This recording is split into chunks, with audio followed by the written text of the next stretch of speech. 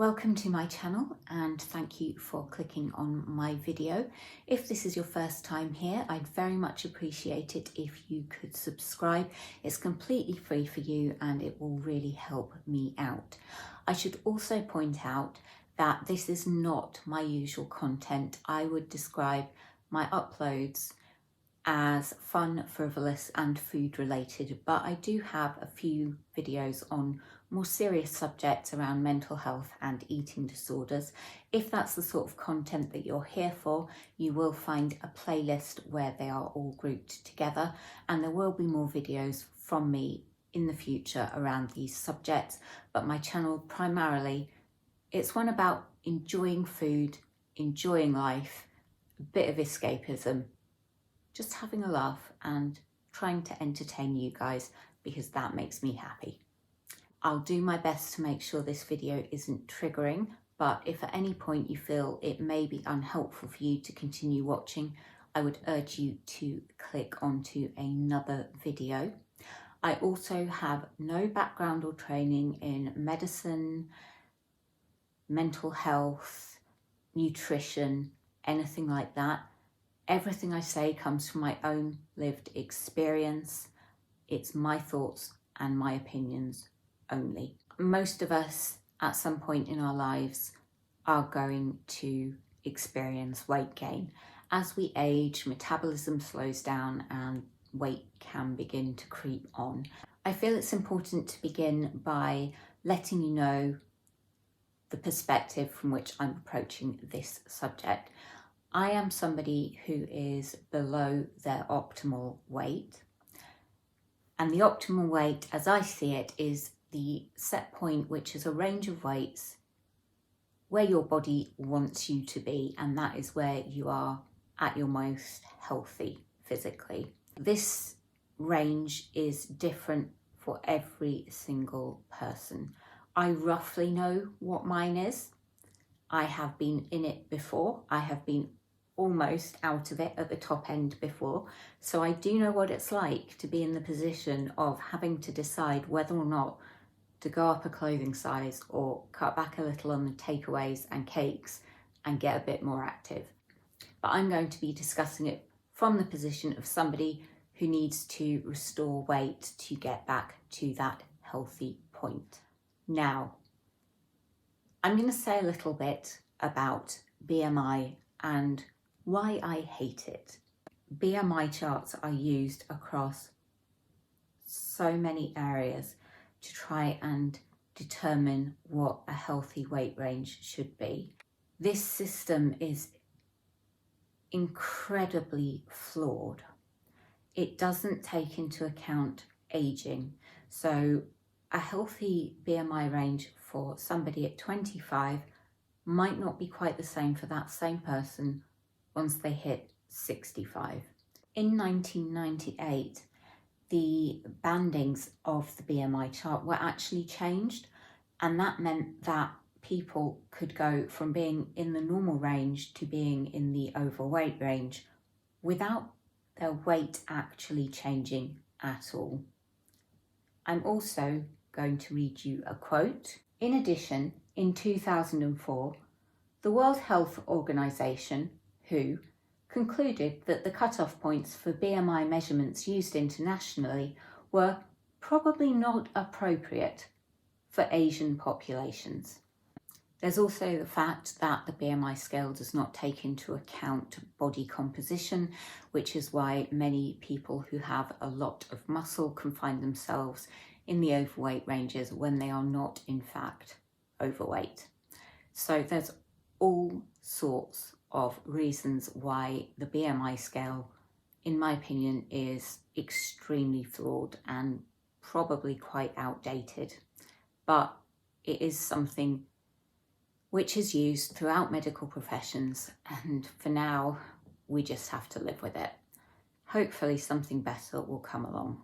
Our bodies have absolutely no clue what the BMI chart is. Our body weight is not determined by what a chart says we should be. It's genetically programmed into us. When I started YouTube, part of the reason I decided to do a food-based channel was to gain some weight. I do have reasons why I am underweight. It is something I am considering discussing in the future, but I don't want this video to be overly long or overly complicated. I'm going to tell you some of the ways in which I have coped with weight gain, and these are things which have worked for me and they may work for you. My brain over time has learned to fear weight gain. I've become used to being in a smaller body and getting used to being in a larger body, even if that larger body is a healthier body. It's still quite scary for me. One of the first things I stopped doing was to stop weighing myself. Now, that might seem a bit counterproductive, but I found that I was getting fixated on the numbers. I didn't want a little electronic box controlling my mood. If I got on the scale and the number wasn't what I wanted to see, it could just bring my mood crashing right down. My body knows what weight it wants to be, and it's going to let me know when it gets there. I just need to stop trying to control it and just let it get on with doing its thing. There really was no benefit to me. I've certainly found that although at first it was terrifying, in reality, it's actually so freeing, and I don't care so much about what that number might be, to the point that when I am weighed, I have no desire to know. I really do not want to know.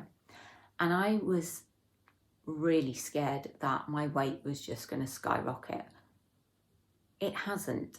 Going up a dress size, even when you know you need to gain weight, can still be really, really tough. And there can be the desire, particularly on bad body image days, to want to fit into that smaller size again. I made the decision to donate my smaller clothing to charity. I didn't try anything on in that size just to check in case it still fitted. Some of it probably would have, some of it definitely wouldn't, because dress sizes even in the same shop can just vary enormously. I just knew that was not the size my body is meant to be. It's not the size it is anymore. So I just got rid of the clothes. I would say that if you are somebody on a weight restoration journey, do it. It's going to be hard, but once you've got rid of those clothes, firstly, you've got so much space for new clothes, but you won't have the temptation of having those clothes there and maybe trying them on to see if they fit. It's not going to help you in the long run. If you lose the weight that you have restored, it's just going to take you even longer to get to that healthy point. Now, I only had a few items of clothing in a smaller size. I buy clothes in my healthy size so that when I reach it, I'm going to have so many lovely new things that I can wear and that are going to fit me properly. And that's something I try to keep in mind when I'm having days where I feel I'm huge, and most women at some point every month are going to get days like that. And gaining weight means so much more than having a bigger body. It means having more energy. It means being able to engage better in life. It means having health. And it was just going to upset and distress me to be trying on clothes and finding they no longer fitted. So I just got rid of them. And that is something I would strongly suggest you do. Don't take your time thinking about it. Just get them gone. Don't keep them, because what reason do you have to keep clothes that are now too small when you know that being that size is not healthy for you. You need to remember that gaining X amount of weight from one week to the next, or even one day to the next, if you weigh yourself that frequently, and if you do, please think carefully about why you're doing that, and if you really need to do that, I would urge you to not do that. But that weight change, it's not really noticeable. The only person who's going to know about it is you. If you think about somebody you haven't seen for a week, when you next see them, do you honestly think you're going to be able to tell if they've gained or lost, let's say, 2 pounds in that time?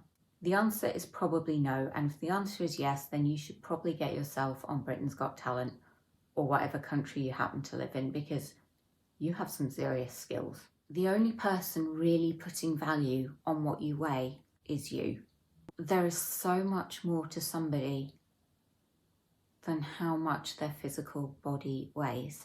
I know I do not determine the value of people by how they look or what they weigh or what size they are.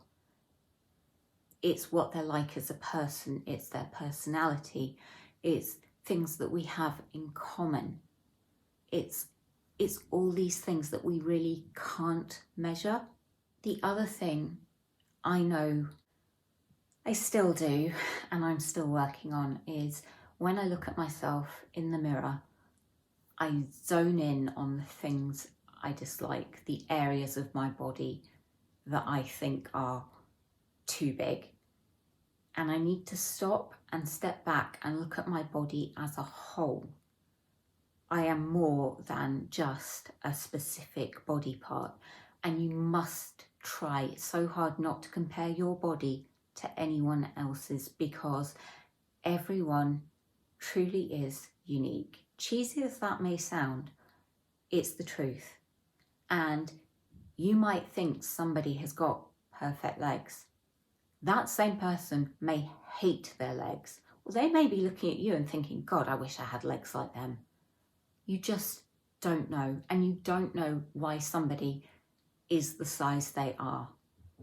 There are so many reasons that people can be certain sizes. I don't believe that anybody should be denying themselves any kinds of foods simply because of their weight. I'm going to give an example, and I want to state I am completely making this up. But there are articles and websites out there that will tell you that if you're craving chocolate, what your body really wants is magnesium.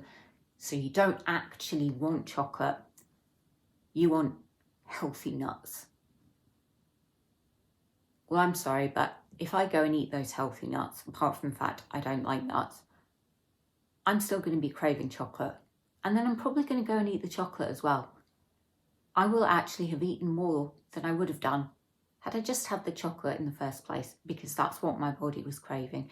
And one of the big problems I have with dieting, when it tells you to restrict certain food groups, is the cravings that it can cause, and then the feelings of failure when you give in to those cravings. I'm not saying you should eat as much of whatever it is that you're craving as you want. I think there is a degree of moderation that has to be in play. But I don't think people should be not having chocolate or not having chips if that's what they really want, regardless of what their body weight is. Just control the amount that you have. That's just my opinion. As I said at the outset, I'm not a nutritionist, but that is how I am trying to live my life. And I have still got a lot of work to do on that, believe me. This has been a really difficult video to make, mostly because the subject of weight and weight gain, it's such a minefield. It's so individual, and everyone's experiences with it are just so different. And what's helpful for me may not be helpful for somebody else. and I'm not sitting here trying to tell you what you should or shouldn't do. I've just been using trial and error, and some things have not worked and other things have, and I'm sharing with you the things that have worked for me.